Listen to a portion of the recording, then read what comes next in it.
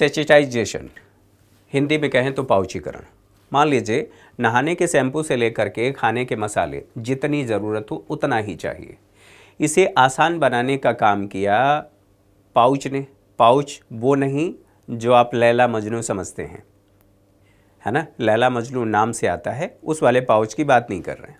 यहाँ पर शैम्पू के पाउच की बात कर रहे हैं जो यहाँ पर आसानी से आप देख सकते हैं।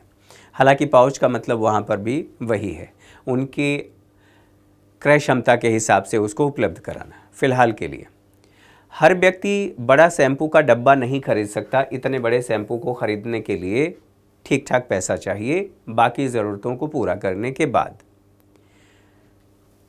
कंपनियों ने देखा, और सबसे पहले हिंदुस्तान यूनिलीवर ने देखा कि अगर हम छोटे छोटे पाउच में अपने प्रोडक्ट को बेचना शुरू करें तो हमारे प्रोडक्ट की बिक्री अधिक होगी।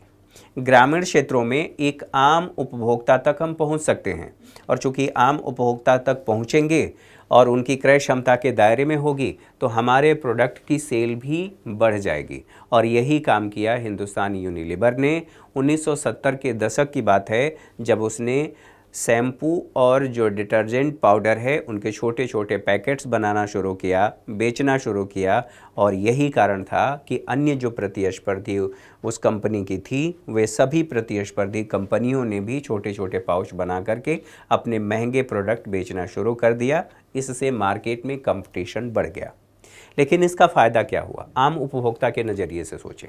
एक ग्रामीण क्षेत्र का आम उपभोक्ता, मान लीजिए एक मज़दूर की बात करें, एक मज़दूर की ज़रूरत है, वो भी फैक्ट्री में काम करता है, उसके भी बाल गंदे होते हैं, उसमें डस्ट आता है, लेकिन वो इतना बड़ा पाउच नहीं खरीद पा रहा था।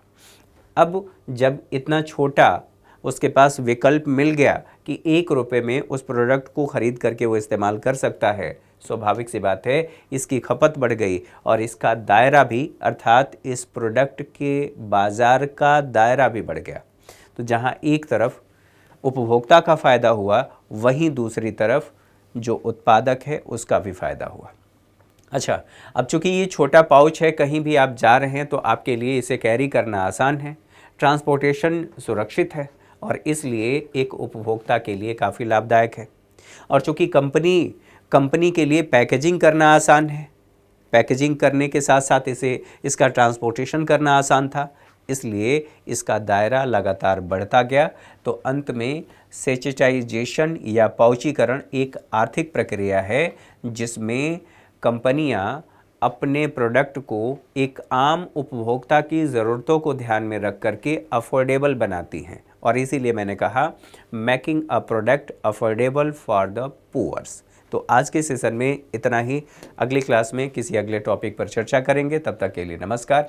Thank you for watching.